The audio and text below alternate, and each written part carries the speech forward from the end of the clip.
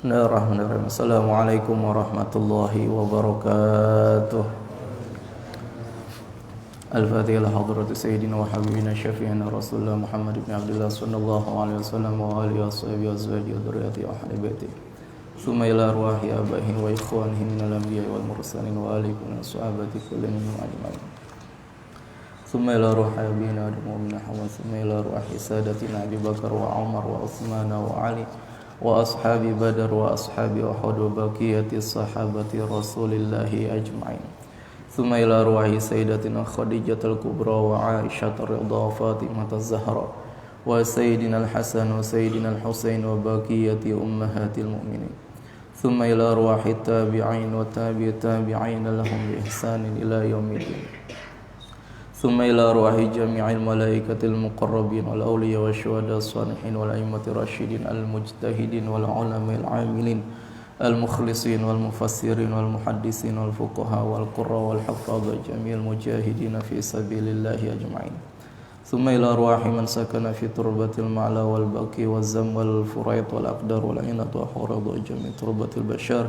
ثم إلى روح سيدنا المهاجر الله أحمد بن عيسى وسيدنا الصادق الأعظم الفقيه المقدم محمد بن علي بعلوي وإلى روح سيد الوالد الحاج حسن بن عبد الله بن عمر الشاطر وسيد الوالد الحاج سالم بن عبد الله بن عمر الشاطر ثم إلى روح سيدنا وحبيبنا وبركاتنا صحيح راتب قطب الإرشاد وغوث العباد والبلاد الحبيب عبد الله بن علوي بن محمد الحداد وإلى روح الشيخ عبد الله بن سالم بن سعيد بخوريس ثم إلى روح Kiai Musonib bin Haji Ilyas wa usulihim wa furu'ihim thumma ila arwahi abaina wa ummahatina wa ajdadina wa jaddatina wa masyayikhina wa masyayikhina wa muallimina wa asatidatina wa azwajina wa uladina wa a'mamina wa ammatina wa akhwalina wa akhwalatina wa qarabatina wa talamidatina wa jiranina wa liman ahabbana fika wa liman ahsana ilayna wa liman lahu haqqun alayna wa liman awsana wa astawsana bid-du'a wa ila arwahi jami'il mu'minina wal mu'minat wal muslimina wal muslimat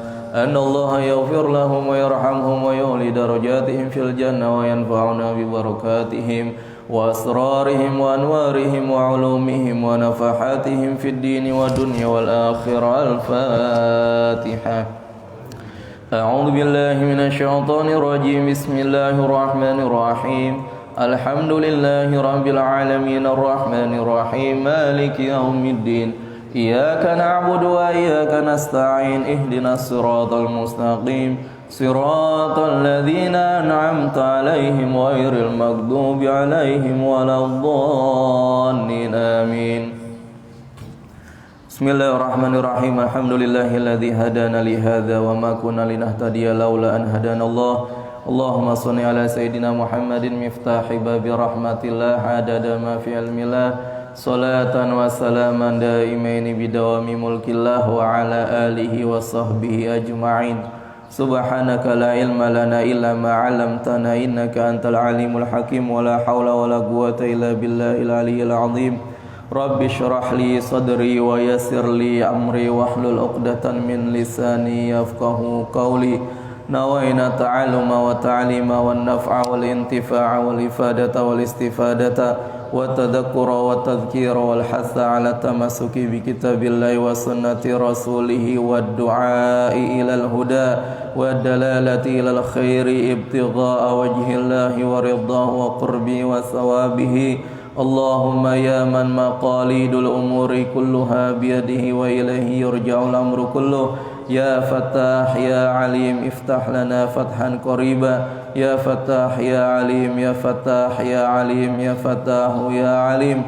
Allahumma aghnina bil ilmi wa zayyinna bil hilmi wa akrimna bit taqwa wa jammilna bil afiyah. Allahumma arzuqna fahman nabiyyin wa hifdzal mursalin wa ilhamal malaikatil muqarrabin bi rahmatika ya arhamar rahimin. Rabbi zidna ilman warzuqna fahman wa sallallahu ala sayyidina Muhammadin wa alihi wa sahbihi wa sallam walhamdulillahi rabbil alamin. Hadirin wal hadirat jamaah Masjid Nurul Yakin yang dirahmati Allah Subhanahu wa taala, yang saya hormati dan saya muliakan guru kita, orang tua kita Abu Ya Ki Haji Ghazali Musonif. Semoga Allah senantiasa memberikan beliau panjang umur dalam keadaan sehat walafiat, dan segenap pengurus Masjid Nurul Yakin, ketua DKM, wakil serta bendahara. Semoga diberikan kekuatan dan keistiqomahan dalam memakmurkan masjid ini.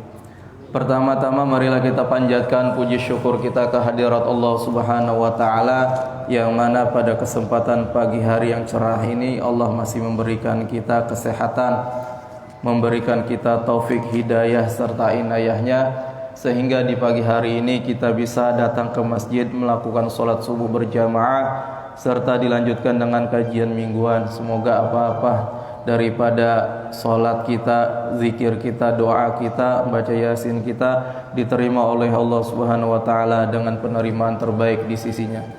Salawat dan salam tak lupa kita haturkan kepada baginda Nabi besar Muhammad sallallahu alaihi wasallam beserta keluarga, sahabat serta pengikutnya. Semoga kelak kita mendapat syafaat dari beliau di yaumil qiyamah. Amin amin ya rabbal alamin. Hadirin wa hadirat, melanjutkan kajian kita sampai di perkataan firman Allah Subhanahu wa taala, qala al-musannif rahimahullah taala wa nafa'na bihi wa bi 'ulumihi fid dharain amin, berkenaan masih dengan beriman kepada rasul-rasul Allah. Dan ini keimanan kita khusus kepada rasul terakhir, yaitu Nabi Muhammad SAW, bahwasanya kita wajib mengimani, meyakini bahwasanya Nabi Muhammad itu diutus kepada seluruh makhluk, baik manusia ataupun jin. Mari, bahwasanya seluruh manusia, seluruh umat. Beda dengan umat-umat terdahulu, nabi-nabi terdahulu diutus hanya kepada golongan umat saja. Seperti Nabi Musa khusus pada Bani Israel. Selain Bani Israel nggak ditanganin oleh Nabi Musa. Begitu juga Nabi Isa juga diutus pada Bani Israel. Nah, setelah Nabi Isa meninggal atau diangkat ke langit, fatrah tuh 500 tahun ya, atau yang disebut dengan masa fatrah, masa tidak ada nabi dan rasul, tidak ada utusan. Setelah itu diutus Nabi Muhammad. Ketika Nabi Muhammad diutus, itu semua untuk menyempurnakan agama yang telah dibawa oleh nabi-nabi terdahulu. Syariat Nabi Muhammad menyempurnakan syariat-syariat umat-umat terdahulu. Artinya apa? Tatkala Nabi Muhammad sudah diutus, syariat-syariat yang terdahulu udah nggak berlaku lagi, ditutup, tidak dipakai, disegel, udah diganti dengan syariat Nabi Muhammad. Salah satunya itu syariatnya Nabi Musa. Syariatnya Nabi Musa, kalau pakaian terkena najis itu nggak bisa disucikan dengan air, harus digunting lempengan najisnya itu. Misalnya terkena najis, kotoran atau apa, pakaian kita maka nggak bisa dicuci itu, Pak. Harus digunting yang lempengan terkena najis itu. Setelah itu ditambal. Adapun syariat kita, kalau terkena pakaian kita terkena najis, bisa dicucikan dengan air. Nah, itu salah satu syariat daripada umat-umat terdahulu. Masih banyak lagi.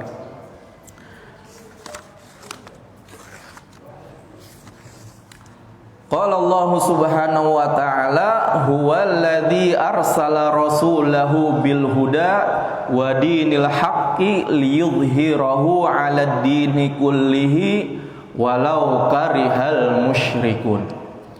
Allah Subhanahu wa taala berfirman dalam surat Shaf ayat 9. Huwallazi arsala rasulahu bil huda, dan dialah zat yang telah mengutus rasulnya bil huda, dengan membawa petunjuk. Nunjukin orang, yang mana pada saat itu orang memang dalam keadaan tersesat, orang dalam keadaan jahil, nggak tahu. Bagaimana orang-orang jahiliyah dahulu dikisahkan kalau mendapat anak perempuan, ya, ketika istrinya lahir kemudian anaknya perempuan, itu dikisahkan merah mukanya. Saking merahnya itu rada-rada menghitam, muswaddan fahuwa kawim. Saking nggak senangnya itu dapat anak perempuan. Habis itu diapain? Ntar kalau udah gede-gedean dikubur hidup. Itu saking jahilnya orang dahulu, saking tersesatnya orang-orang Arab dahulu. Sampai dikisahkan Sayyidina Umar, mungkin yang sering kita dengar kisahnya, ya, tatkala beliau ketika menengok ke sebelah, beliau bersedih, menangis. Tapi pas nengok ke tempat yang lain, beliau tersenyum, bahkan sampai tertawa. Tatkala ditanya oleh sahabat, kenapa engkau berbuat seperti itu? Melihat sebelah kanan kok sedih, bahkan nangis, nengok ke sebelah kiri kok senyum-senyum, bahkan sampai ketawa. Kata beliau menceritakan, saya ingat dulu waktu zaman jahiliyah, ya, saking bodohnya saya pernah mengubur anak perempuan saya hidup. Saya pikirin kalau seandainya dia saya nggak kuburin hidup-hidup, mungkin sekarang dia udah berkeluarga dan saya udah punya cucu dari anak itu. Saking sedihnya menyesali perbuatannya. Kemudian kenapa saya melihat ke tempat yang lain saya tersenyum tertawa? Saya juga sedih, lucu melihat dulu waktu zaman jahiliyah, ya. Saya membuat patung berhala dari tepung, dari kurma, dari makanan manisan. Patung-patung berhala ditaruh di rumah. Kalau udah datang musim paceklik, ya, nggak ada yang bisa dimakan, nggak bisa bikin roti apa, ya udah patung berhalanya dimakan tuh, tangannya, kakinya dikit kurma yang patung yang terbuat dari kurma, habis itu dimakan. Dia lucu ingat itu, kenapa kok bisa seperti itu? Saking jahilnya.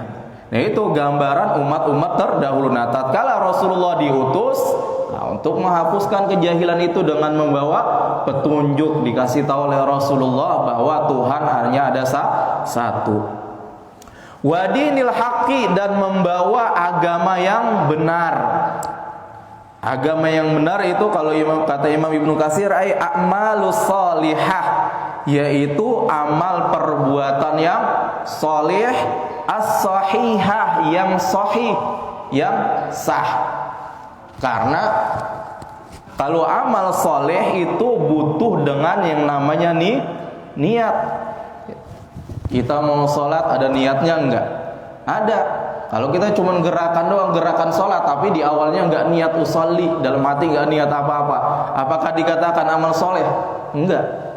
Atau puasa, saya enggak makan, enggak minum mulai dari fajar, terbit fajar sampai maghrib, tapi enggak niat, apakah dikatakan amal soleh? Enggak. Karena kenapa? Karena sesuatu amal bisa dikatakan soleh, yang pertama ada niatnya, yang kedua ikhlas. Nah, ini amal soleh ini cuma ada di agama Islam. Adapun umat-umat selain Islam, kalau dia berbuat baik, berbuat sedekah, banyak sedekah, bahkan menyumbang masjid, bahkan menyumbang pesantren orang-orang di luar non-Islam, akan dikatakan amal soleh? Tidak. Dia akan dibalas oleh Allah hanya di dunia. Di akhirat tidak akan dibalas. Karena lagi-lagi yang namanya amal soleh butuh kepada niat. Orang-orang selain muslim tidak termasuk ahli niat. Karena salah satu syarat niat harus orang Islamun nawi. Kalau orang misalnya non muslim kemudian dia sholat, meskipun dia baca usolli fardu subhi, misalnya orang non muslim sholat, dia baca usolli kayak orang Islam, meskipun dia niat, akan tetapi niatnya tidak dianggap. Kenapa? Karena salah satu syarat niat harus Islamnya orang yang berniat. Nah, makanya dikatakan a'malus sholih as-sahihah, yang sahih. Yang sahih ini maksudnya dengan niat. An-nafi'ah fid dunya wal akhirah, dan juga agama dikatakan sesuatu yang bisa memberikan manfaat di dunia dan di akhirat. Di akhirat itu menurut pengertiannya Imam Ibnu Katsir. Untuk apa Allah menurunkan Nabi Muhammad dengan petunjuk, dengan agama yang benar? Liyudhhirahu 'ala dini kullihi, untuk mengalahkan atas seluruh agama yang ada pada saat itu. Agama Samawi yang pernah kita dengar ada dua, ya, agama Samawi, agama Nasrani dan agama Yahudi. Agama Yahudi itu berawal daripada siapa? Nabi Allah Yakub. Asal usulnya agama Yahudi ya keturunannya Nabi Ibrahim. Jadi Nabi Ibrahim itu punya anak kan dua, Nabi Ismail dan Nabi Ishak. Nah, nanti Nabi Muhammad tuh jalurnya kepada Nabi Ismail tuh. yang menempati kota Arab, makanya dikatakan Arabi. Adapun anak Nabi Ibrahim satu lagi Ishak, ya, menempati suatu daerah apa yang disebut Kan'an kalau nggak salah, Kan'an, ya. Kemudian nanti dari Nabi Ishak lahirlah Nabi Yakub, ya. Nabi Yakub kemudian punya anak 12, salah satunya nama anaknya adalah Yahuda. Nah, inilah nanti yang bakal jadi sumber agama Yahudi. Ya, jalurnya sama. Kalau dulu agama Yahudi sama, agamanya agama tauhid. Apa agama tauhid? Agamanya mengesahkan Allah, beribadah hanya kepada Tuhan yang satu. Setelah Nabi Allah sampai kepada Nabi Allah Musa, kemudian Nabi Allah Musa dan Nabi Harun meninggal. Nah, udah mulai ada penyelewengan tuh di situ tuh. Umatnya Nabi Musa mulai diajak lagi buat nyembah-nyembah berhala atau menyembah sapi. Ya, dulu kisahnya sapi Samiri itu, Musa Samiri, ya, sejarahnya. Sampai akhirnya pada zaman Nabi Isa. Nah, ketika datang Nabi Muhammad dengan membawa agama Islam, tatkala agama Islam tegak, maka kalahlah agama-agama yang ada dan tunduk agama-agama yang ada. Walau karihal musyrikun, meskipun orang-orang musyrik tidak senang, meskipun orang-orang musyrik tidak suka dengan apa agama yang dibawa oleh Nabi Muhammad. Ketidaksukaan orang musyrik itu sebenarnya karena apa? Karena keangkuhan. Bukan karena orang-orang musyrik itu nggak percaya sama Nabi Muhammad, bukan. Orang musyrik sudah sangat kenal, kafir Quraisy dahulu sudah sangat kenal dengan Nabi Muhammad sejak kecil. Nabi Muhammad terkenal orang yang nggak pernah berbohong, bertingkah laku yang jelek itu enggak. Orang musyrik kenal Nabi Muhammad adalah orang yang jujur, berkata lemah lembut, tidak pernah berbicara kasar, dan bahkan tidak pernah berbohong. Makanya sampai diberi gelar apa? Al-Amin. Gelar Al-Amin itu bukan dari Allah, tapi dari orang-orang musyrik. Mereka yakin semua Nabi Muhammad adalah orang yang benar, jujur, bisa dipercaya dan amanah. Akan tetapi yang membuat mereka tidak menerima agama Nabi Muhammad itu apa? Keangkuhan mereka. Keangkuhan, kegengsihan, dan cinta dunia dan jabatan. Kenapa? Kalau mereka mengakui Nabi Muhammad sebagai nabi, otomatis mereka yang memiliki jabatan seperti Abu Jahal, Abu Lahab. Kalau mereka mengakui Nabi Muhammad sebagai nabi, otomatis mereka akan menjadi bawahan seperti sahabat-sahabat yang lain dan disamakan dengan budak-budak yang ada. Karena dulu pengikutnya Rasulullah rata-rata orang kalangan bawah, bahkan banyakan adalah budak. Nggak mau tuh Abu Jahal, Abu Lahab disamakan dengan budak. Akan tetapi di hati mereka percaya bahwasanya Nabi Muhammad, apa yang dibawa oleh Nabi Muhammad ini adalah benar. Nah, meskipun orang musyrik nggak senang, benci dengan Nabi Muhammad, tetap agama Allah suatu saat akan tegak dan mengalahkan agama-agama yang ada pada saat itu. Makna ayat, pengarang kitab ini menjelaskan tentang arti daripada ayat tersebut. Anallaha jalla wa ala bi qudratihi wa hikmatihi. Sesungguhnya Allah Subhanahu wa taala jalla yang maha agung, wa ala yang maha tinggi, bi qudratihi dengan kudrahnya, wa hikmatihi dan dengan pengetahuannya, ilmunya. Ba'atha rasulahu Muhammadan, itu mengutus kepada rasulnya. Siapa rasulnya? Nabi Muhammad sallallahu alaihi wasallam, bil Qur'anil wadih, dengan membawa Al-Qur'an yang wadih. Apa wadih? Jelas. Di dalamnya banyak petunjuk. Yang dimaksud dengan huda tadi ya apa? Al-Qur'an. Karena di dalamnya memang banyak terisi adalah petunjuk. Nah, Al-Quran yang jumlahnya ada sekitar 6.660 ayat ya, 6.660 ayat, 30 juz dan sekitar 114 surat. Itu ada apa? Ada 9 bagian, Pak. Dari 6.000 itu dibagi kepada 9. Yang pertama, 1.000 ayat itu berkenaan dengan perintah.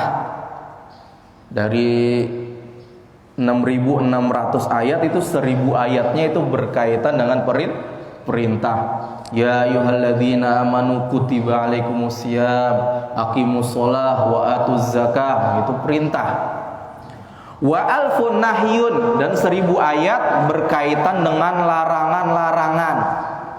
La taqrabuz zina, janganlah engkau sekali-kali mendekatkan perkara zina, deketin aja nggak boleh, apalagi sampai melakukan. Itu 1000 ayat berkaitan dengan larangan. Wa alfun wa'dun, 1000 ayat berkaitan dengan janji-janji Allah yang baik, kepada janji-janji Allah terhadap orang-orang yang beriman. Innalladzina amanu wa amilus solihati lahum jannatu adnin tajri min tahtihal anhar. Pokoknya janji-janji Allah kepada orang-orang yang beriman tentang nikmat yang nanti akan diperoleh. Wa alfun wa'idun, 1000 ayat berkaitan dengan ancaman-ancaman bagi orang-orang yang maksiat kepada Allah, orang-orang yang ingkar kepada Allah Subhanahu wa taala. Itu ada 1000 ayat yang mengancam untuk orang yang ahli maksiat. Wa alfun qisasun wa akhbarun, 1000 ayat berkaitan dengan kisah-kisah, cerita-cerita, khobar-khobar, kisah Nabi, mulai dari zaman Nabi Adam tuh diceritain kan dalam surat Al-Baqarah, kisah anaknya Habil dan Qabil, kisah Nabi Musa, kisah Nabi Yusuf, semua diceritakan dalam Al-Quran. Itu ada sekitar 1000 ayat kisah-kisah. Wa alfun ibrun wa amsalun, 1000 ayat berkaitan dengan contoh-contoh, nasihat atau ibarat-ibarat. Wa khamsumi'ah litabyinil haram, 500 ayat berkaitan dengan penjelasan-penjelasan perkara-perkara yang diharamkan. Yang ke-8 wa mi'atun, 100 ayat litabyinin nasikh wal mansukh, 100 ayat berkaitan dengan ayat-ayat yang dihapus, nasikh wal mansukh, dan yang ayat-ayat yang menghapus, wal mansukh, dan yang menghapus. Wasittatun wasitun, dan 66 berkaitan dengan doa, istighfar, dan zikir. Nah, itu. Jadi 6660 ayat dibagi menjadi 9, 1000 perintah, 1000 larangan, dan lain sebagainya. Nah, itu hakikatnya semua adalah petunjuk dari Allah, wadih, jelas. Petunjuk yang jelas bagi orang-orang yang beriman. Wadini sati', dan Rasulullah dengan membawa agama yang bersinar, agama yang terang.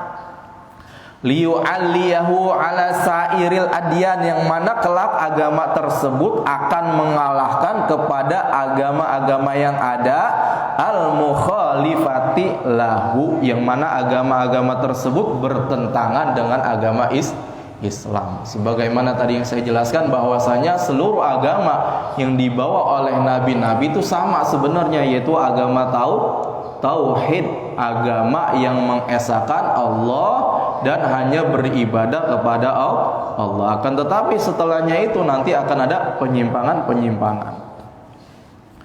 Min Yahudiyah, di antara agama-agama yang menyimpang yang sekarang itu agama Yahudi, wan Nasraniyah, dan juga agama-agama Nasrani, wa ghairihima, dan agama-agama lain. Agama yang kita kenal agama Samawi ya 3, agama Nasrani, Yahudi, dan Islam. Adapun agama-agama yang ada di Indonesia tidak termasuk agama Samawi, alias bukan agama yang dibawa oleh para nabi dan rasul. Seperti yang ada di Indonesia, seperti apa? Konghucu, Buddha, itu tidak termasuk agama Samawi bukan. Walau karihadzalika a'da'ullah al-musyrikin, meskipun orang-orang musyrik tidak senang, tidak suka, bahkan benci dengan datangnya agama Islam, kaunu billah ta'ala wa ghairuhu, meskipun bahwasanya agama tersebut itu memang datang dari Allah Subhanahu wa taala. Qala Abu Sa'ud, berkata salah seorang ulama yang bernama Abu Sa'ud, walaqad anjazallahu wa'dahu Sungguh Allah telah menyempurnakan wa'dahu, janji-janjinya. Nah, wa'dun itu kalau dalam bahasa Arab janji yang baik. Kalau wa'id janji yang jelek alias ancaman di dalamnya. Janji Allah kepada umat Islam atau kepada Nabi Muhammad apa? Bi'izazi dinillah, dengan menolong agama Allah. Mana janji Allah yang menjelaskan atau ayat Al-Quran yang menjelaskan bahwasanya Allah berjanji kepada Nabi Muhammad untuk memenangkan agama Islam? Ada beberapa ayat yang dijelaskan oleh para ulama, ayat-ayat yang menjelaskan tentang janji Allah akan memenangkan orang Islam atau Rasulullah SAW. Salah satunya surat As-Saffat. Surat As-Saffat ayat 171 sampai 173. Walaqad sabaqat kalimatuna li'ibadina al-mursalin. Dan sesungguhnya telah tetap janji kami kepada hamba-hamba kami yang menjadi rasul. Apa janji Allah kepada para rasul yang diutus? Innahum lahumul mansurun. Sesungguhnya mereka adalah hamba-hamba yang akan ditolong atau yang akan mendapatkan pertolongan. Wa inna jundana lahumul ghalibun. Dan sesungguhnya tentara kami pasti akan menang. Jadi para rasul yang diutus oleh Allah, meskipun dalam perjalanan dakwanya dihalangi, dicaci, dihina, bahkan disiksa mungkin, tenang, disuruh sabar oleh Allah, pasti nanti mereka akan menang. Dan juga dalam surat Muhammad ayat 7, Ya ayyuhalladzina amanu in tansurullaha yansurkum wa yutsabbit aqdamakum.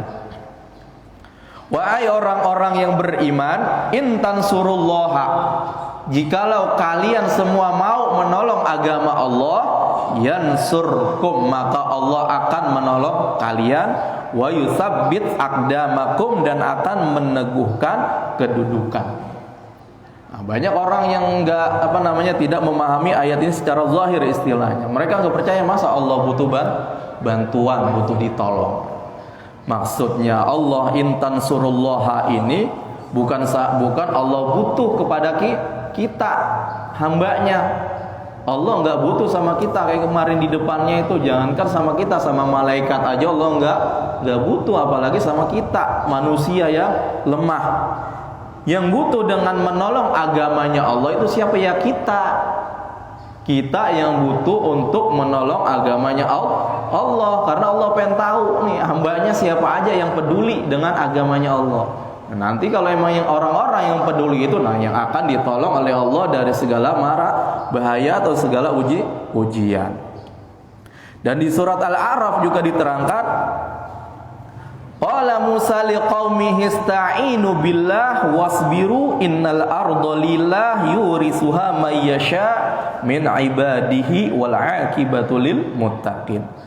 Allah menceritakan Nabi Musa bahwasanya Nabi Musa pernah berkata kepada kaumnya, ista'inu billah, mohonlah pertolongan kalian wahai umatku kepada Allah, wasbiru, dan bersabarlah. Ini kalau kita dalam masalah, pertama minta tolong sama Allah, yang kedua sabar. Sabar kita dalam menjalani ujian. Jangan dipikirin ketika mendapatkan ujian, kenapa saya dapat ujian seperti ini, kok berat sekali ujiannya. Dan enggak, la yukallifullahu nafsan illa wus'aha. Allah tidak akan menguji seorang hamba kecuali sesuai dengan kemampuannya. Jadi kalau kita dapat ujian, sedang diuji sama Allah, maka percayalah bahwa kita mampu untuk menjalani ujian tersebut. Dengan cara apa? Dengan cara minta tolong, berdoa sama Allah sambil bersabar. Innal arda lillahi yurisuha may yasha min ibadihi. Sesungguhnya bumi itu milik Allah. Yurisuha may yasha min ibadihi, dan akan diwariskan kepada orang-orang yang dikehendakinya daripada hamba-hambanya. wal aqibatu lil muttaqin, dan kesudahan yang baik bagi orang-orang yang bertakwa. Ini 3 ayat saya sebutkan sebagai salah satu janji Allah kepada umat Islam, khususnya kepada rasul-rasulnya yang berdakwah, pasti akan diberikan kemenangan atas dakwah yang mereka jalankan, tidak usah takut. Nah, adapun ketika Allah menjanjikan satu kemenangan, apakah seperti itu aja? Apakah ada syarat yang perlu dilakukan oleh rasul-rasulnya atau umat-umatnya untuk mendapatkan kemenangan dan pertolongan daripada Allah Subhanahu wa taala? Ada. Dalam surat An-Nur ayat 55 dijelaskan tentang syarat Allah akan memberikan kemenangan kepada umatnya, kepada hambanya, kepada rasul-rasulnya. Wa'adallahu alladhina amanu minkum, dan Allah telah berjanji kepada orang-orang yang beriman di antara kalian, wa amilus salihati, dan orang-orang yang suka melakukan amal-amal soleh. Apa janji Allah? La yastakhlifannahum fil ardi, maka Allah akan memberikan kuasa kepada bumi ini.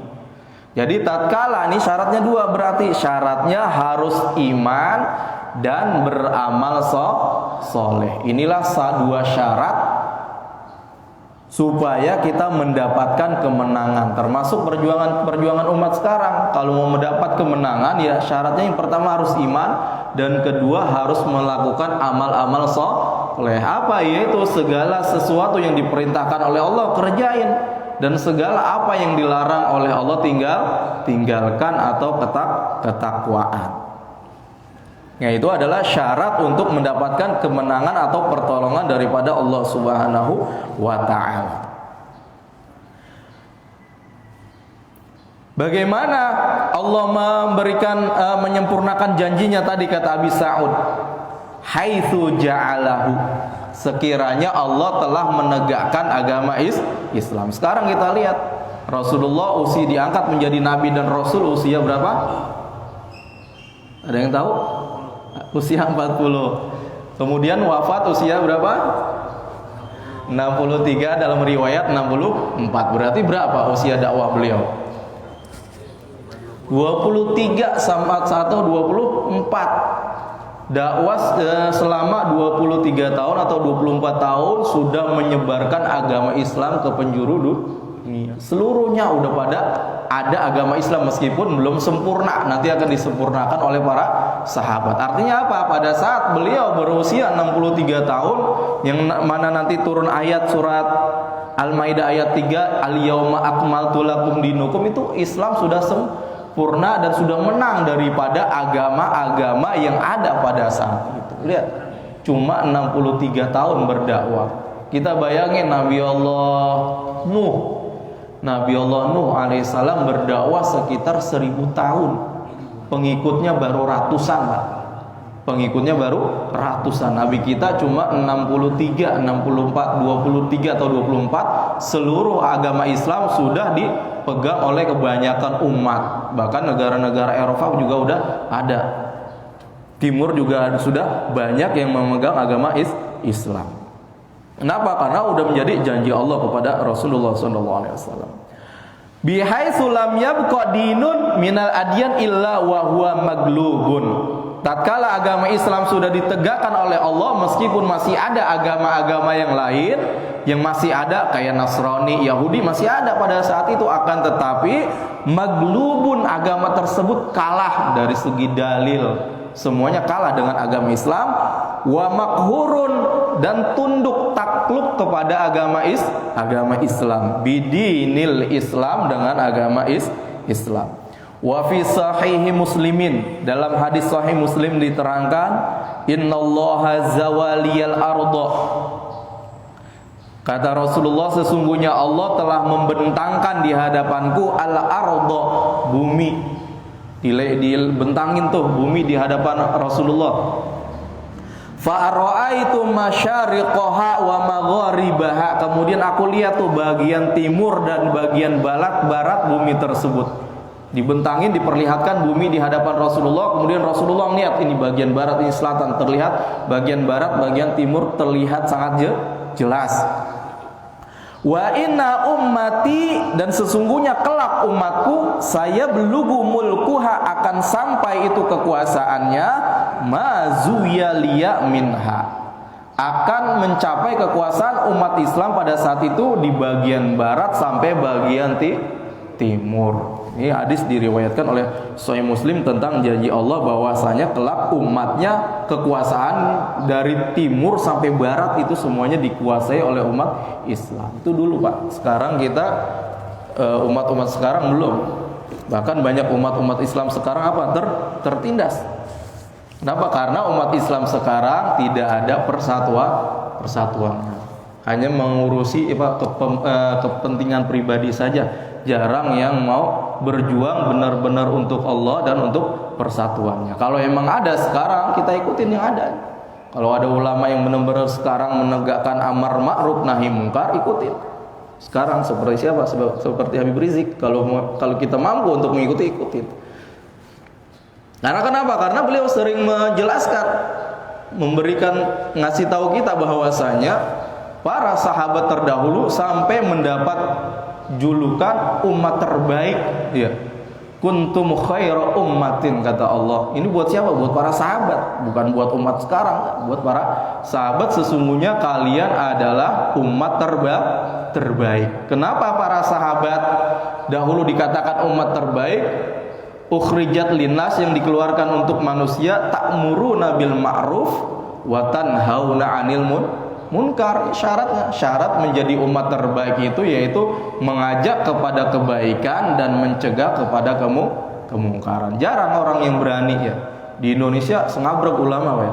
Sengabrek habaib juga sangat banyak, tapi jarang yang berani menegakkan nahi mungkar. Kalau rata-rata ulama kita masih tingkatan amar ma'ruf, ngajak orang kebaikan, dakwah baik.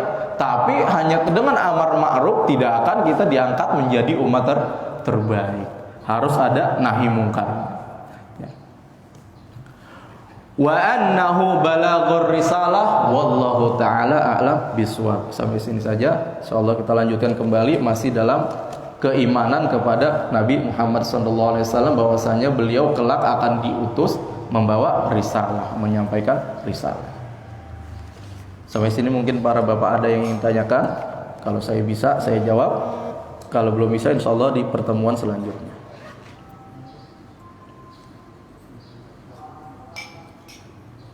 Yang mau tanya? Kalau nggak nanya, mungkin lebih baik. Ada yang nanya juga. Kalau ada yang tanya ya Islam. Islam. Dari aslama yuslimu islaman. Masdar, Islam itu masdar, artinya Islam itu tunduk dan patuh. Kalau menurut bahasa tunduk dan patuh kepada hukum syariat. Dari aslama yuslimu islaman. Jadi masdar daripada Islam. Itu aja.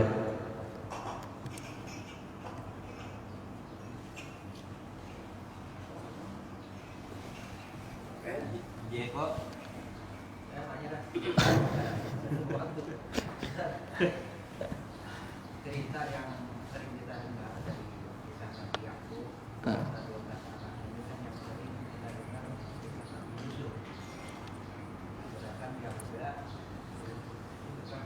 tidak spesifik, ya.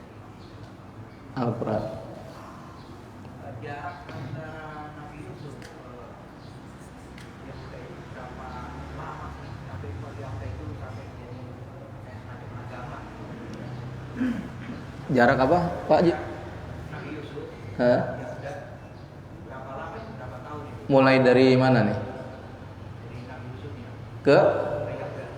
Oh, Yahuda. Nah, arti kata Yahuda itu kan Yahudi, ya. Jadi agama Yahudi itu yang pertama ada 3 namanya, Yahudi, Israel, sama Abrani. Ini tiga ini satu nih. Kalau dikatakan Yahudi, ya Israel sama Abrani. Satu kata. Nah, kalau Yahudi ini diambil dari Nabi Yakub, anaknya itu yang bernama Yahuda kalau nggak salah, anak yang keempat. Anak yang keempat itu dari Yahuda.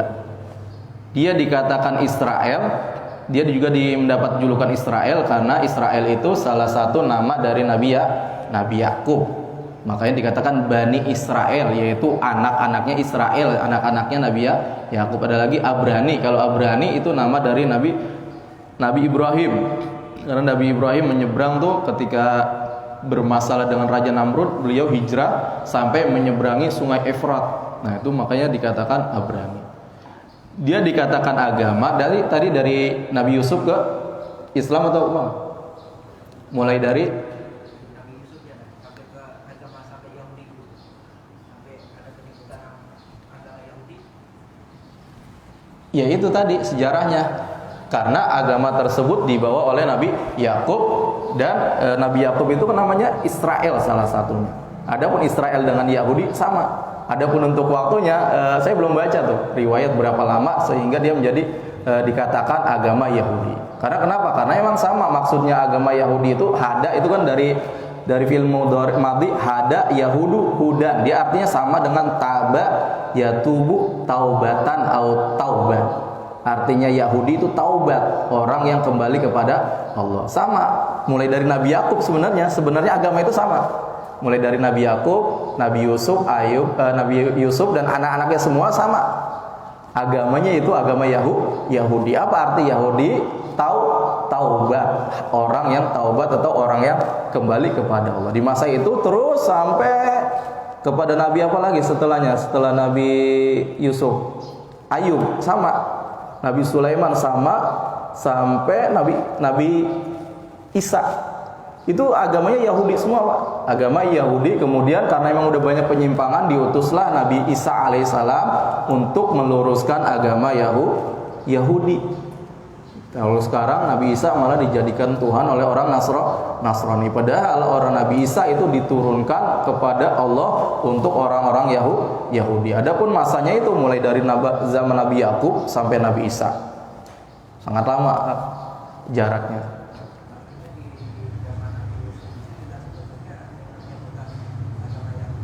Agama tauhid. Agama tauhid. Agama Yahudi itu mulai dari anaknya tuh yang bernama, kenapa dikatakan Yahudi? Karena ngambil dari salah satu anaknya Nabi Yakub yang bernama Yahuda. Kenapa dikatakan Israel? Karena Israel itu adalah salah satu nama Nabi Yakub. Kenapa dikatakan Abrani? Nah, Abrani ini adalah nenek moyang daripada Nabi Yakub. Kakeknya siapa? Nabi Ibrahim. Sama tuh. Kalau kita dikaitkan dengan Abrani, Israel, Yahudi sama, salah satu agama. Ya agama tauhid juga sama. Cuma untuk sekedar penamaan aja. Ini ngambil dari anaknya, akan tetapi yang paling terkenal ya itu Yahudi. Dari anaknya itu Yahuda. Mungkin seperti itu, Pak.